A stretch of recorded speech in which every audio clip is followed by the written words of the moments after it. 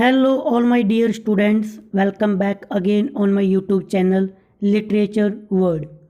आज की इस वीडियो के अंदर मैं डिस्कस करने जा रहा हूँ daffodils poem written by William Wordsworth.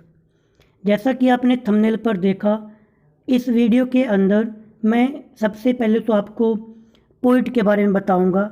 हम शॉर्ट डिस्क्रिप्शन देखेंगे अबाउट पोइट, फिर हम जो रोमांटिक एज है उसके बारे में पढ़ेंगे। इसके बाद में हम लाइन वाइज लाइन इस पोइम के स्टेंजास को देखेंगे। फिर हम जो इम्पोर्टेंस पॉइंट हैं, importance points in the poem, हम उनको देखेंगे। फिर हम लास्ट के अंदर इसके बाद में हम देखेंगे स्टेंजा वाइज स्टेंजा, मैं आपको इसकी समरी बताऊंगा।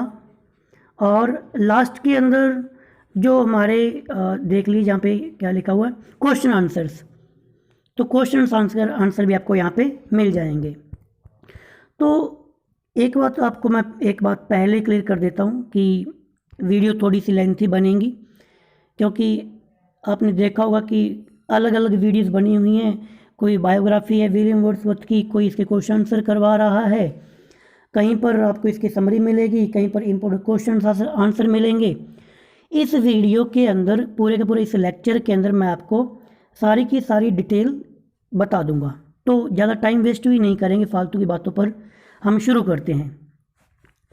तो सबसे पहले अबाउट द पोइट।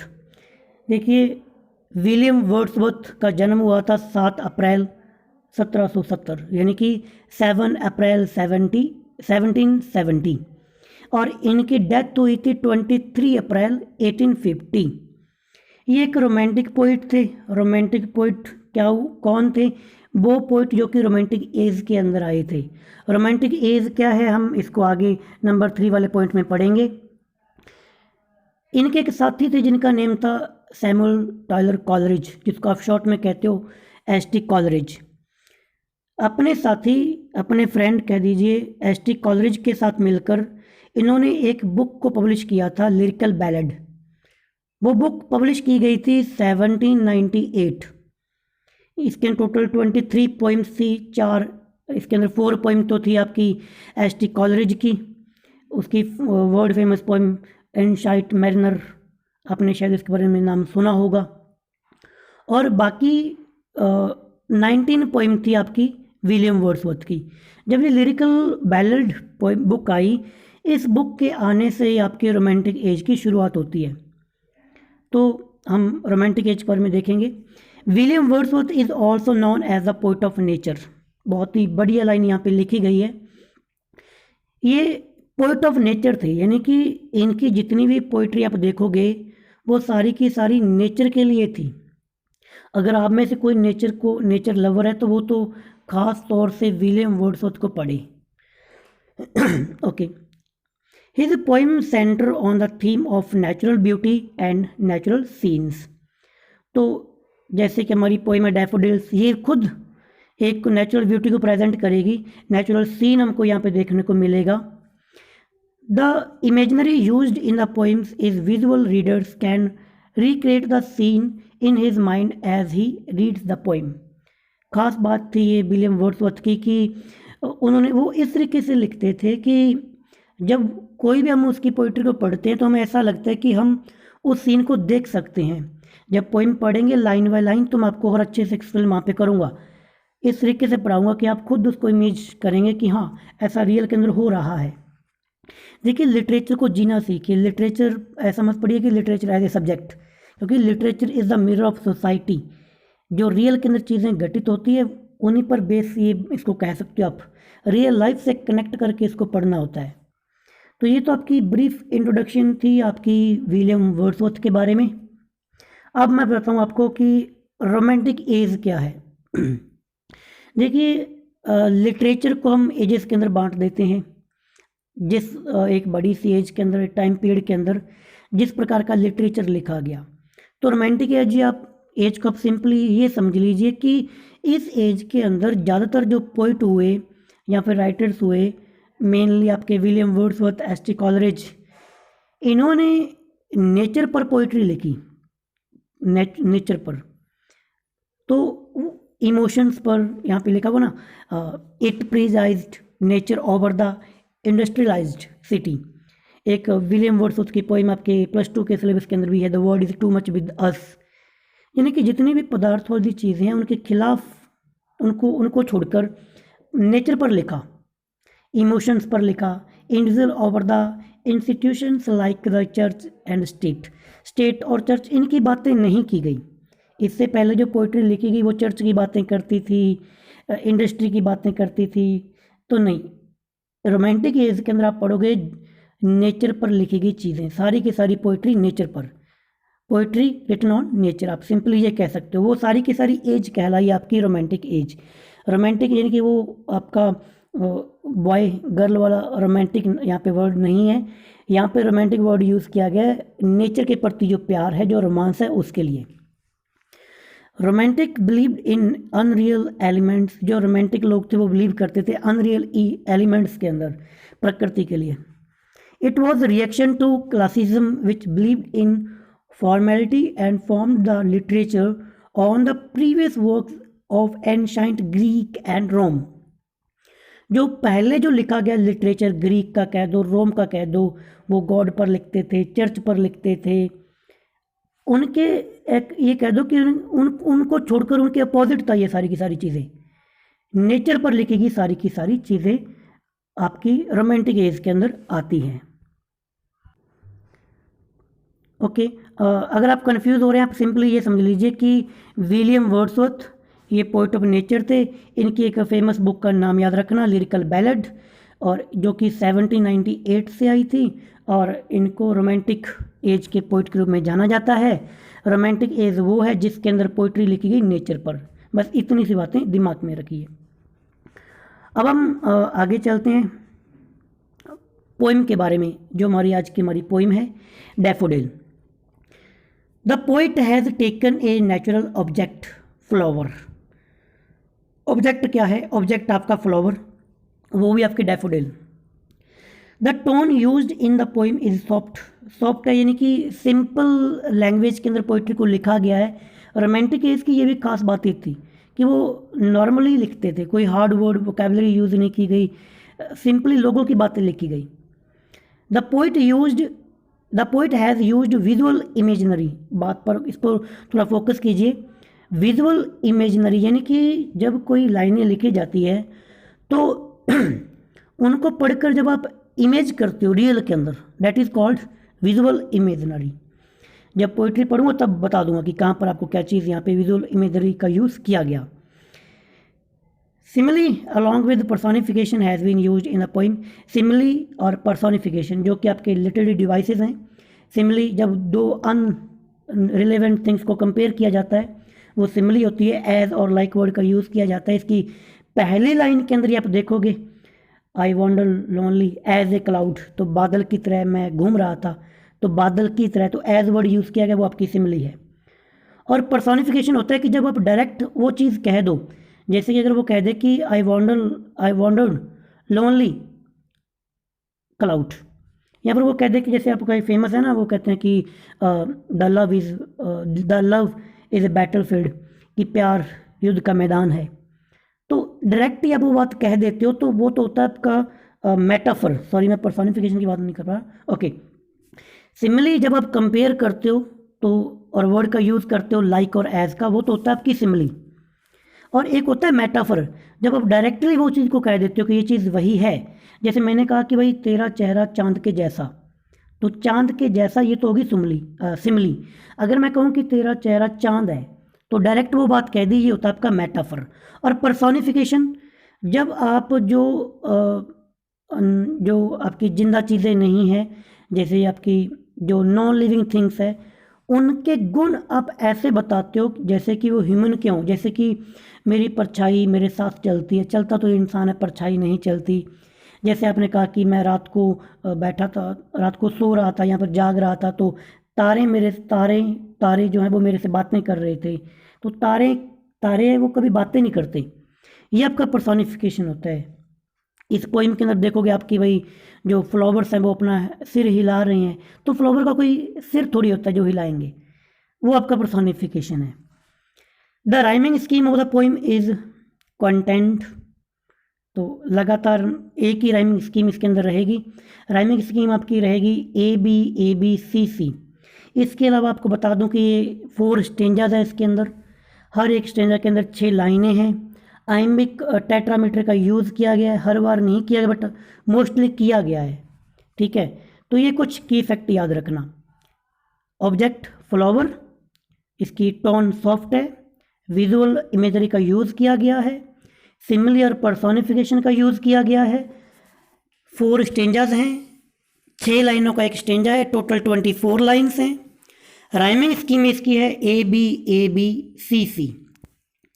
अब चलते हम फर्स्ट स्टेंजा पर। अब मैं लाइन बाय लाइन भी इसको पढ़ूंगा और साथ के साथ इसके मीनिंग भी यहाँ पर दिए गए हैं, आप उनको भी देख सकते हैं। I wandered lonely as a cloud. Okay, उससे पहले मैं आपको थोड़ी सी समरी बता दूं इसके अंदर है क्या। इसके अंदर क्या है कि पोइट जो कि विलियम वर्ड्सवर्थ हैं, वो कह रहे हैं कि भाई मैं एक बार बादल की तरह कहीं घूम रहा था, मेरे को वहाँ पर बहुत सारे फूल दिखे। फूलों को देखकर जो उसके विचार मन में पैदा हुए, उनकी प्रशंसा करता है, प्रेज करता है और कहता है कि भाई जब वो दुखी होता है, अकेला होता है, सीन को याद करता है तो वो वापस खुश हो जाता है। बस इतनी सी पोइम है। ओके, आप पढ़ते हैं। I wandered lonely as a cloud. I कौन? खुद पोइट यानी कि विलियम वर्ड्सवर्थ यहाँ पे कह रहे हैं कि मैं वॉन्डर्ड, यानी कि सेकंड फॉर्म यूज़ की गई है वॉन्डर की। वॉन्डर होता है वॉक विदाउट एनी रीज़न, बिना किसी मतलब के घूमना। तो पोइट कह रहा है कि मैं बिना किसी मतलब के अकेला, लोनली, एज ए क्लाउड, एक बादल की तरह घूम रहा था। डैट फ्लोट्स, डैट यानी कि कौन? वो कौन? बादल। वह बादल डैट फ्लोट्स, जो तैरता है। फ्लोट होता है तैरना। ऑन हाई, ऊंचाई पर। Over vales and hills. तो यहाँ पे वो कह रहा है कि एक बार मैं एक अकेले बादल की तरह, जो कि घाटियों पर, पहाड़ियों पर, ऊंचाई पर फ्लोट करता, उसके तरीके मैं भी घूम रहा था, वंडरिंग कर रहा था। When all at once, तभी, all at once, अचानक, I saw, मैंने देखा, एक क्राउड, एक भीड़ देखी। ए होस्ट, होस्ट होता है group, A large number of people. A host of golden daffodils, तभी मैंने एक बहुत ज़्यादा डैफोडिल्स देखे, वो भी गोल्डन यानी कि सुनहरी। Beside the lake, बनीथ the trees. वो डैफोडिल्स कहाँ पर थे? बिसाइड द लेक यानी कि झील के किनारे, बनीथ द ट्रीज, पेड़ों के नीचे। फ्लटरिंग, फ्लटरिंग होता है फड़फड़ाना। एंड डांसिंग, डांस कर रहे थे। इन द ब्रीज, ब्रीज होती है ठंडी हवा। तो ये 6 लाइनें सबसे पहले। तो इसके अंदर है क्या? यहाँ पे पोइट कह रहा है कि मैं एक बादल की तरह अकेला घूम रहा था, जो जैसे कि एक बादल, अकेला बादल जो कि घाटियों पर और पहाड़ियों पर घूमता है। तभी मैंने एक भीड़ देखी, किसकी? गोल्डन डैफोडिल्स की। गोल्डन डैफोडिल्स, डैफोडिल्स को सुनहरी कहा गया है, आप यहाँ पे मेटाफर कह सकते हो। ठीक है, वो डैफोडिल्स कहाँ पर थे? लेक, झील के बिसाइड थे और पेड़ों के नीचे थे। और वो क्या कर रहे थे? वो फूल क्या कर रहे थे? वो फूल फ्लटरिंग कर रहे थे और डांसिंग कर रहे थे, यानी कि फड़फड़ा रहे थे और डांस कर रहे थे। ये तो था इसकी समरी। अब देखिए यहाँ पे कुछ लिटिल डिवाइस यहाँ पे आ चुकी हैं। पहली लाइन के अंदर I wandered lonely as a cloud, तो एज ये वर्ड यूज किया गया, वो है आपकी सिमिली, कि मैं बादल की तरह घूम रहा था।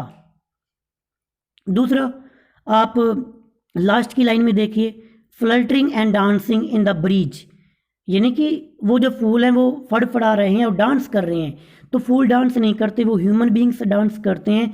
तो यहाँ पर फूलों को पर्सोनिफाई कर दिया। इसके बाद में नंबर 5th लाइन में देखो, बिसाइड द लेक और बनीथ the trees.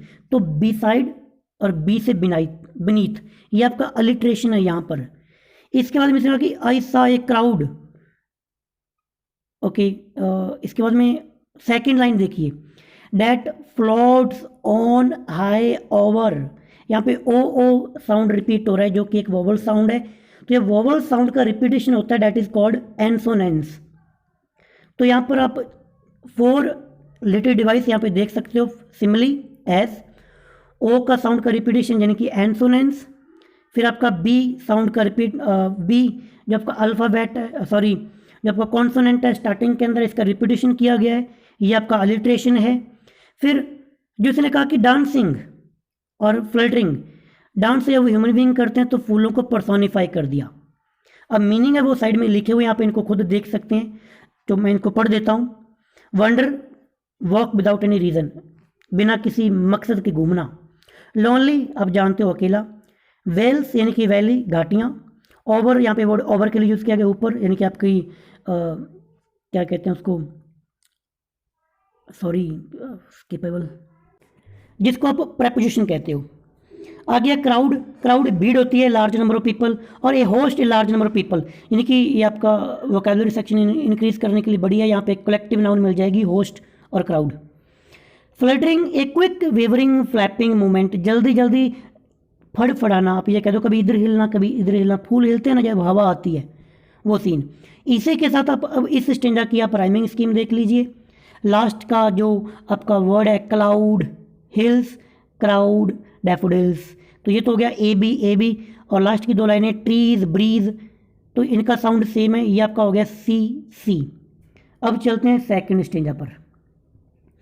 Second stanza, continuous as the stars that shine and twinkles on the milky way, तो वो जो फूल हैं वो कॉन्टीन्यूस यानी कि लगातार, अनएंडिंग, जो कोई खत्म नहीं होता, ऐसे लगातार।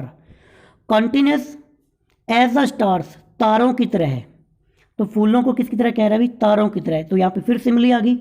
अब फूलों को वो क्या कह रहा है, तारे, तारों की तरह कह रहा है, तो ये आपका फिर सिमिली आ गई। कॉन्टीन्यूस एज द स्टार्स, तारे, तारे, डेट शाइन, जो चमकते हैं, एंड ट्विंकल, ट्विंकलिंग करते हैं, कहाँ पर, ऑन द मिल्की वे, वो दूधिया रास्ता जिसको आप कहते हो ना, ये आपकी क्या होती है, आकाशगंगा कहते हो जिसको, मिल्की वे, गैलेक्सी कहते हो। तो जिस प्रकार गैलेक्सी के अंदर तारे शाइन करते हैं, ट्विंकल करते हैं लगातार, वैसे ही वो जो फूल है ना वो भी शाइन कर रहे थे और ट्विंकलिंग कर रहे थे। दे स्ट्रेच्ड, स्ट्रेच होता है खिंचा हुआ, तना हुआ, तो दे वर्ड यूज है यहाँ पे फ्लावर्स के लिए, वो जो फूल है ना डैफोडिल्स, वो खिंचे हुए थे इन नेवर एंडिंग लाइन, एक लंबी सी लाइन जो कभी ख़त्म नहीं होने वाली। तो ये नेवर एंडिंग, कभी ना ख़त्म होने वाली, तो बात को थोड़ा बढ़ा चढ़ा कर यहाँ पर किया गया, ये आपका होता है हाइपरबली। जब पोइट बात को ज़्यादा बढ़ा चढ़ा कर करता है, डैट इज़ कॉल्ड हाइपरबली। एक और लिटरेरी डिवाइस यहाँ पे आप देख सकते हो। Along the margin of way, वे वैसे खाड़ी होती है, बट वो झील के लिए यहाँ पे वर्ड यूज़ किया गया है, वे खाड़ी, वैसे यहाँ पे इसको झील ही पढ़ोगे आप, क्योंकि यहाँ पे खाड़ी नहीं है, वो झील है। उस झील के मार्जिन, मार्जिन होता है किनारा, जिसको आप कहते हो एज कह दो, बैंक कह दो, यहाँ पर बॉर्डर कह दो, तो उस बॉर्डर के किनारे किनारे एक लंबी सी, कभी ना ख़त्म होने वाली उन फूलों की एक लंबी सी लाइन थी, और वो ऐसे लग रहे थे जैसे कि आकाशगंगा के अंदर तारे चमक रहे हैं। 10,000 सा आई एट ए ग्लांस, ग्लांस होती है झलक, हाँ झलक, तो एक ही झलक के अंदर मैंने 10,000, 10,000, तो ये भी थोड़ी सी हाइपरबली हो गई, बात को ज़्यादा बढ़ा चढ़ा दिया, 10,000। वो कहता है कि एक ही झलक के अंदर मैंने 10,000 फूलों को देखा। टॉसिंग देयर हेड्स, टॉस करना, टॉस होता है ट्विस्टिंग यानी कि मुड़ना, कभी इधर गर्दन को, ट्विस्टिंग देयर हेड्स, अपने सिरों को वो ट्विस्ट टॉस कर रहे थे। इन स्प्राइटली डांस, स्प्राइटली यानी कि एक्टिव या full of life, energetic, full energy के साथ वो डांस कर रहे थे, यानी कि फिर पर्सोनिफाई कर दिया, फूलों को डांस कर रहे हैं। तो यहाँ पर जो आपकी लिटरेरी डिवाइस है, एक तो पहली लाइन के अंदर सिमिली, फिर आप देखिए ये जो नेवर एंडिंग लाइन और 10,000, ये आपका हाइपरबली हो गया, बात को ज़्यादा बढ़ा चढ़ा कर यहाँ पर किया गया। ओके, तो यहाँ पे अब इसकी राइमिंग स्कीम तो सेम ही है, तो shine way, line way, A B, और लास्ट के अंदर ग्लांस, डांस, ये सी। तो 6 लाइनें पहले स्टेंजा के अंदर थी, क्वार्टर जो स्टेंजा था, ये दूसरा स्टेंजा, इसके अंदर फिर 6 लाइनें हैं, 12 लाइनों तक आपने पढ़ लिया। मीनिंग देख लीजिए, यहाँ पे कुछ वर्ड मीनिंग आए हैं। पहला है कॉन्टीन्यूस यानी कि अनएंडिंग यानी कि लगातार, ट्विंकल यानी कि शाइन करना, दोनों सेम वर्ड हैं, शाइन करना कह दो, ट्विंकल करना, टिमटिमाना कह दो, चमकना कह दो। Milky way Galaxy that continuous planets, जिसके आपके ग्रह रहते हैं, आकाशगंगा। दूधिया सा रास्ता होता है रात को देखना कभी। मार्जिन एज या फिर बैंक बॉर्डर यानी कि किनारा। ग्लांस होता है ब्रीफ और क्विक लुक यानी कि थोड़ी सी झलक, एकदम से किसी को देखना, झलक। टॉसिंग होता है ट्विस्टिंग यानी कि मुड़ना। और स्प्राइटली यानी कि एनर्जेटिक और एक्टिव, फुल ऑफ लाइफ, जिंदगी से भरा हुआ एकदम पूरी एनर्जी के साथ। तो अब जो देखो, अब मैंने आपको बात कही थी कि इसके अंदर इमेजिनरी का यूज़ किया गया है। तो अब आप कल्पना कर सकते हो कि भाई एक बादल की तरह पोइट हवा में उड़ रहा है कहीं पर, तभी उसने देखा कि भाई झील है, वहाँ पर एक पेड़ भी हैं, झील के किनारे किनारे, नदी के किनारे, झील के किनारे किनारे वो डैफोडिल्स के फूल लगे हुए हैं। डैफोडिल्स सुनहरी कलर का फूल होता है, वो आपको जैसे थंबनेल में देख लिया होगा, वहाँ पर डैफोडिल की पिक लगी हुई थी उस फूल की। तो वो लगातार लगे हुए थे, तब उनको देख रहा है, वो हवा के साथ अपने डांस कर रहे हैं, सिरों को हिला रहे हैं। तो एक इमेजिनरी माइंड के अंदर बन रही है, ऐसा लग रहा है कि रियल के अंदर ऐसा होता है। और ये देखो, कोई भी ये जितनी बातें की गई अब तक, सारी की सारी नेचुरल बातें हैं। ये खास बात थी आपकी रोमांटिक एज की। चलिए आपका नंबर 3 स्टेंजा पे चलते हैं। The waves beside them danced. अब जब वो फूल यहाँ पे डांस कर रहे हैं तो उसी के साथ में बिसाइड वेव्स, लहरें भी डांस कर रही थी। देखो कितना बढ़िया वो है ना। कल्पना कीजिए कि एक तरफ फूल ऐसे हवा के साथ हिल रहे हैं, साथ में पानी है, नदी के झील के अंदर वो पानी की लहरें उठ रही हैं, तो क्या बढ़िया नज़ारा होता है। ये होता है नेचर को जीने का तरीका, क्योंकि इसलिए तो कहते हैं पोइट ऑफ नेचर, प्रकृति का कवि विलियम वर्ड्सवर्थ। बट दे आउटडिड होता है सुपीरियर यानी कि बेस्ट। अब यहाँ पे ये कह रहा है कि फूलों के साथ साथ आपकी लेक के अंदर लहरें भी डांस कर रही थी, पर लहरों से बढ़िया डांस किनका था? उन फूलों का था। यहाँ पे लिखा ना बट दे आउटडिड, यानी कि वो सुपीरियर थे। वो कौन? वो फूल, daffodils. The sparkling waves in glee. Sparkling होता है शाइनिंग, चमकती हुई लहरें। हालांकि लहरें भी खुशी के साथ, स्पार्किंग के साथ चमकती हुई अपना डांस कर रही थी, बट डैफोडिल्स का जो डांस था वो बेस्ट था। A poet could not be but गई। अब पोइट क्या नहीं, इसमें क्या नहीं, कैसे रह सकता है, आप ये कह लो कि कैसे रह सकता है ऐसे ऐसे नज़ारे को देखकर खुश हुए बगैर कैसे रह सकता है। A poet could not be but गई। गे होता है फ्री फ्रॉम वॉरीज, चिंता मुक्त, यानी कि ना चाहकर भी इस नज़ारे को देखकर, इस स्पेक्टेकल्स को देखकर हमारा पोइट चिंता मुक्त हो गया। इन सच ए जॉकंड कंपनी, इनकी जॉकंड कंपनी, किनकी जॉकंड कंपनी? पहले जॉकंड क्या होता है? जॉकंड होता है बहुत ही जिंदा दिली, आप कह सकते हो जिंदा दिली। इनके जिंदा दिली कंपनी के साथ हमारा पोइट विलियम वर्ड्सवर्थ सारी की सारी टेंशन इसकी खत्म हो गई, टेंशन फ्री हो गया। आई गेज्ड एंड गेज्ड, गेज होता है टक टकी लगाकर देखना, किसी को निहारना। आई गेज्ड एंड गेज्ड, अलिट्रेशन भी आ गया गेज्ड, और रिपीटेशन भी आ गया। गेज्ड वर्ड को रिपीट कर दिया, गेज्ड एंड गेज्ड, ये रिपीटेशन होता है।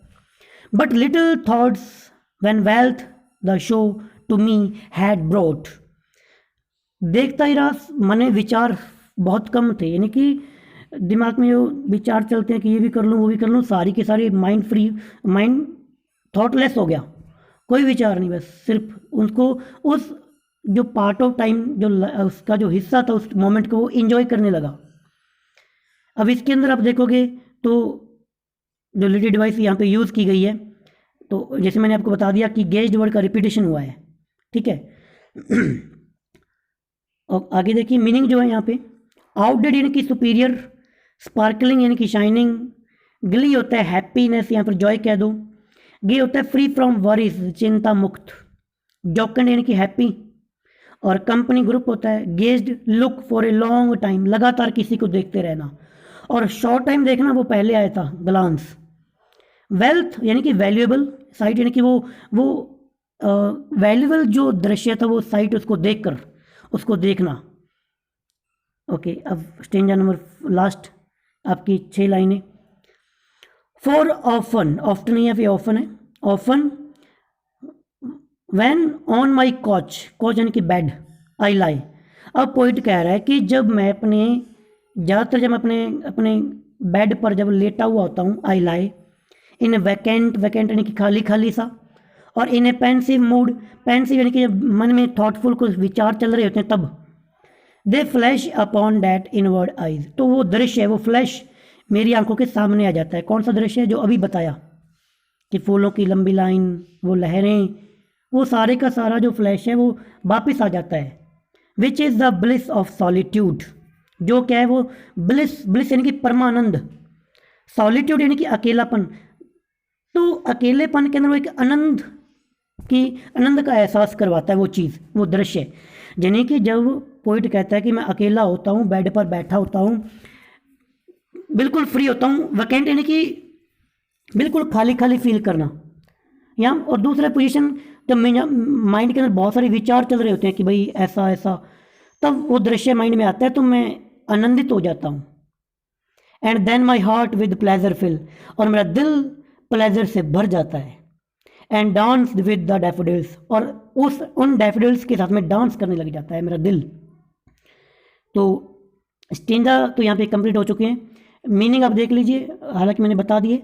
ऑफन, ऑफ्टन, पैसिव जो थॉटफुल होता है, मूड यानी कि स्टेट ऑफ माइंड, माइंड की कंडीशन, इन वर्ड आई यानी कि इन थॉट्स एंड ड्रीम कह दो, ब्लिस यानी कि हैप्पीनेस, सॉलिट्यूड लॉनलीनेस या फिर आइसोलेशन, अलोन अकेला। विलियम वर्ड्सवर्थ की एक पोइम और भी है, solitary to reaper, solitary reaper, वही वर्ल्ड फेमस पोइम है सॉलिटरी रिपर। तो सॉलिट्यूड वर्ड होता है अकेला, बिल्कुल अकेला, एकांत। प्लेजर होता है खुशी या फिर जॉय कह दो। अब आगे देखिए important points in the poem. अब पोइम के कुछ इंपॉर्टेंट पॉइंट्स हैं, आप इनका स्क्रीनशॉट भी ले सकते हैं। मैं पढ़ रहा हूँ वन बाय वन इनको। The poet wonders, this shows that there is no aim of his life, it is meaningless. जब पोइट कहता है कि वंडर यानी कि घुमंतु, यानी कि बिना किसी मतलब के घूम रहा हूँ, इसके लिए शो करता है कि पोइट का कोई भी एम नहीं है घूमने का, वो बिल्कुल फ्री है। He compares himself to a lonely cloud, वो एक अकेले बादल से अपने आप को कंपेयर करता है। क्लाउड्स फ्रॉम अ ग्रुप, बादल है वो ग्रुप के अंदर होते हैं। It is very seldom, rare, बहुत ही कभी कभार ऐसा होता है कि one see a single piece of cloud in the sky, कि आपको आसमान में कभी एक बादल देखने को मिले, ऐसा रेयरली कभी कभी होता है। हम मोस्टली ग्रुप ऑफ क्लाउड्स देखते हैं। These two points show the sad nature of the poet, तो यहाँ पे हमें पोइट का जो मूड है सैड, वो शो होता है कि वो अकेला है। उसने ये नहीं कहा कि भाई ग्रुप था बादलों का, अकेला था, अकेला यानी कि वो सैड है। सडनली ही looks at the large group of flowers daffodils, तभी वो ग्रुप ऑफ फ्लावर्स जो डैफोडिल उनको देखता है। This hint at something interesting has caught his attention, इससे पता चलता है कि भाई एकदम से उसका ध्यान किसी और, अटेंशन उसकी चली गई। The flowers are dancing in the wind, जो फ्लावर हैं वो हवा के अंदर डांस कर रहे हैं। The poet considered the daffodils has as heavenly objects, stars that are uncountable, तो डैफोडिल्स को कंपेयर करता है हेवनली तारों के साथ कह लो, हेवनली कोई ऑब्जेक्ट के साथ कह लो जो कि अनकाउंटेबल हैं। He makes assumption about their number 10,000, वो एक एस्टिमेट लगाता है कि वो 10,000 फूल थे। This assumption is similar our assumption about the number of stars, हम भी तो ऐसे एजम्पशन लगाते हैं ना कि भाई इतने तारे हैं, 10,000 हैं, 1 करोड़ हैं, 1 अरब है, तो एक एजम्पशन है ये, सिर्फ only assumption. Stars can not be counted to the exact number, हम तारों को काउंट नहीं कर सकते, तो फूलों को भी काउंट नहीं किया जा सकता। The poet takes the flower as supernatural beings, fairies, तो पोइट फ्लावर्स को as a supernatural beings, fairies बताता है, कंपेयर करता है। The flowers appear to be more happy than other natural objects around them, फूल जितने भी उसके आसपास और ऑब्जेक्ट हैं उनसे ज़्यादा हैप्पी लगते हैं। The flowers are care free and express their happiness by dancing and tossing their heads, जो फ्लावर्स हैं वो केयर फ्री होते हैं, उनकी कोई टेंशन नहीं होती, वो एक्सप्रेस करते हैं अपने हैप्पीनेस को डांस करके और अपने सिर को, अपने गर्दन को हिलाकर। So the poet enjoys to be in their company as it makes him forget his own worries, इस कंपनी से वो अपनी चिंताओं को भूल जाता है। Daffodils are a paramount source of happiness for the poet, poet के लिए फूल एक पैरामाउंट यानी कि इम्पोर्टेंट सोर्स हैं उसको उसकी खुशियों के लिए, यानी कि नेचर कह लो आप। When the poet is sad, जब पोइट सैड होता है, truth travels itself that the only thing that can bring relief to the sad hearts in nature natural beauty. जब पोइट सैड होता है, लास्ट में देखा था कि वो बताता है कि नेचुरल जो ऑब्जेक्ट है वो खुशी देता है। अब आगे का point, whenever the poet feel sad, जब पोइट सैड होता है, he thinks about the daffodils and their care free dance, तो वो डैफोडिल्स के बारे में सोचता है, उनके केयर फ्री डांस के बारे में सोचता है, which makes him relaxed and happy, ये चीज़ उसको रिलैक्स फील करवाती है और हैप्पी फील करवाती है।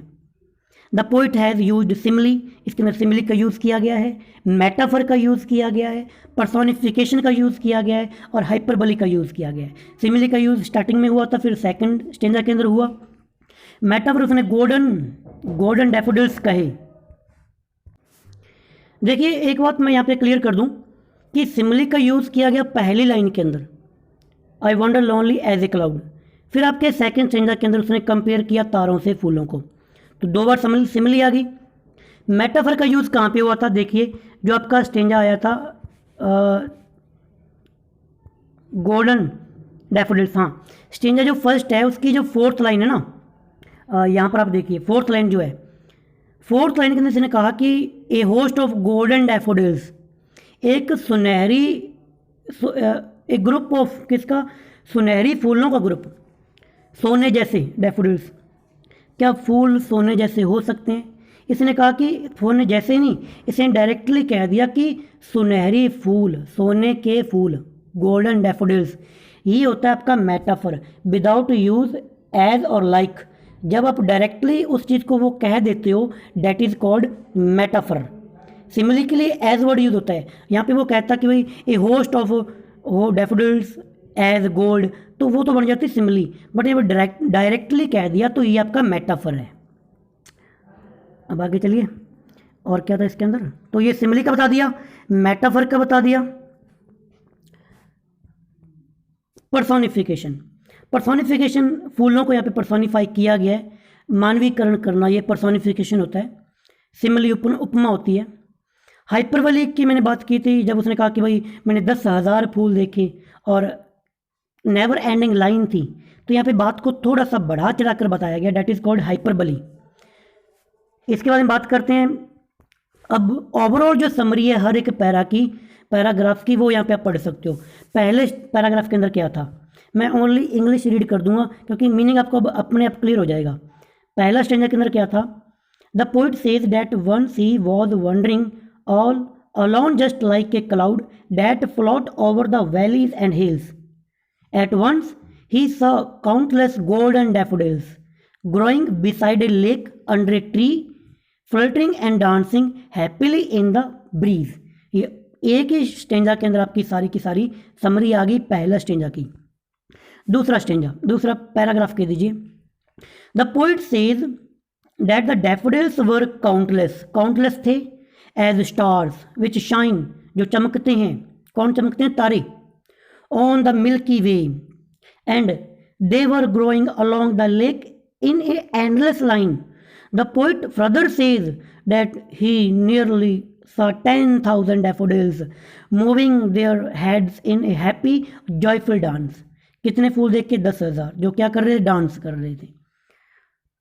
Number third stanza, the poet says that the wave of the lake were also dancing, जो लेक की लहरें हैं वो भी डांस कर रही थी happily, but the dance of the daffodils was far more superior, ज़्यादा सुपीरियर था, to the dance of the waves, उन लहरों के डांस के आगे।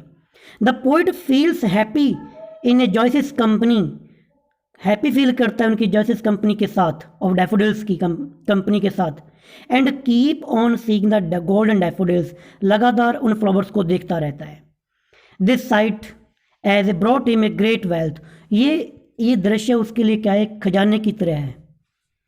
लास्ट का जो स्टेंजा था आपका, the poet says that when ever he lies on the bed, जब कभी वो बेड पर सोता है, पड़ा होता है, इन ए ग्लूमी मूड, यहाँ पर ये कह दो फ्री माइंड में कह दो, यहाँ पर कुछ सोच रहा होता है, सैड होता है तब, टू टेक रेस्ट, यहाँ पर कोई रेस्ट करने के लिए, the reflection of the beautiful daffodils comes to his mind, तो वो रिफ्लेक्शन उसके माइंड में, वो ब्यूटीफुल डैफोडिल्स का जो रिफ्लेक्शन है वो उसके माइंड में आता है, ही फील्स हैप्पी, वो खुश हो जाता है, and his heart begins dance with the daffodils, दिल उसका उस फूलों के साथ डांस शुरू कर देता है। The poet thinks that the site of daffodils is a blessing, एक ब्लेसिंग की तरह काम करती है, and A paramount source of pleasure of for him, एक इंपॉर्टेंट सोर्स है उसके लिए खुशियों का। ये आप स्क्रीनशॉट देख कर लिख सकते हो, आपको क्वेश्चन आंसर करने से ईजी हो जाते हैं। इसके बाद में चलते हैं हम, थीम क्या है, सेंट्रल आइडिया क्या है। देखो मैंने आपको स्टार्टिंग के अंदर कहा था कि हर एक पॉइंट क्लियर कर दूंगा, हमने पॉइंट के बारे में पढ़ लिया, लाइन बाय लाइन उसको पोइम को देख लिया, मीनिंग देख लिए, लिटिल डिवाइस देख ली, हर एक स्टेंजा की समरी देख ली। अब थीम क्या है, सेंट्रल आइडिया क्या है, वो भी देखेंगे, क्वेश्चन आंसर भी करेंगे। Theme of the poem, the poem presents the attractiveness of natural beauty. क्या थीम है, जो अट्रैक्टिवनेस है ना किसकी, नेचुरल ब्यूटी की, उसको प्रेजेंट करती है। With the leaves a fresh and everlasting impact of human mind, जो कि एक इम्पैक्ट छोड़ के जाती है ह्यूमन माइंड पर। सेंट्रल आइडिया क्या है, सेंट्रल आइडिया है beauty is for the admiration, natural scene is more beautiful than artificial. देखो ब्यूटी की हर एक बंदा प्रशंसा करता है, एडमायरेशन का काम करती है ब्यूटी, बट यहाँ पे कह रहा है कि natural scene is more beautiful than artificial, artificial से ज़्यादा अच्छे क्या होता है, नेचुरल सीन। इसी प्रकार की पोइट्री, ये जो आर्टिफिशियल पोइट्री आप देखोगे वो तो पहले की लिखी गई, इसी की अगेंस्ट लिखी गई थी आपकी रोमांटिक एज की पोइट्री। इन दिस पोइम, इस पोइम के अंदर the poet praise the simple beauty of the daffodils which impresses him in a single glimpse, एक ही झलक के अंदर जिसने उसको इम्प्रेस कर दिया, उसकी प्रेज करता है, उसकी प्रशंसा करता है। ये इसका आइडिया है, सेंट्रल आइडिया है। थीम क्या है, ब्यूटी की जो अट्रैक्टिवनेस है उसको दिखाना। अब हर एक स्टेंजा से जो क्वेश्चन आंसर है हम उस पर बात करेंगे, स्टेंजा को नहीं पढ़ूंगा मैं, डायरेक्टली जो क्वेश्चन हैं उनको पढ़ूंगा और आंसर पढ़ूंगा। क्वेश्चन आंसर करने से आपके और बहुत सारे डाउट क्लियर हो जाएंगे। पहला question, what was the poet doing, poet क्या कर रहा है। The poet was wondering lonely like a cloud, the poet was moving aimlessly, आप ये भी कह सकते हो कि भी एमलेसली वो मूविंग कर रहे हैं, या फिर एक बादल की तरह अकेला घूम रहा है। What did the poet see, poet ने क्या देखा। द पोइट सा ए होस्ट या फिर large number of daffodils. Number third, where had the daffodils grown, फूल कहाँ पर उगे हुए थे। The daffodils had grown next to the lake, lake के किनारे, एंड अंडरनीथ ए ट्री, और पेड़ के नीचे। स्टेंजा नंबर 2, उसके अंदर जो क्वेश्चन आपके, what were the daffodils doing, daffodils क्या कर रहे हैं। The daffodils dancing in the breeze, daffodils were dancing, sorry यहाँ पे वर नहीं आया, वर लगा लीजिए। The daffodils were dancing in the breeze, ठंडी हवा के अंदर डांस कर रहे थे। डांस करना यही तो उनको पर्सोनिफाई करता है।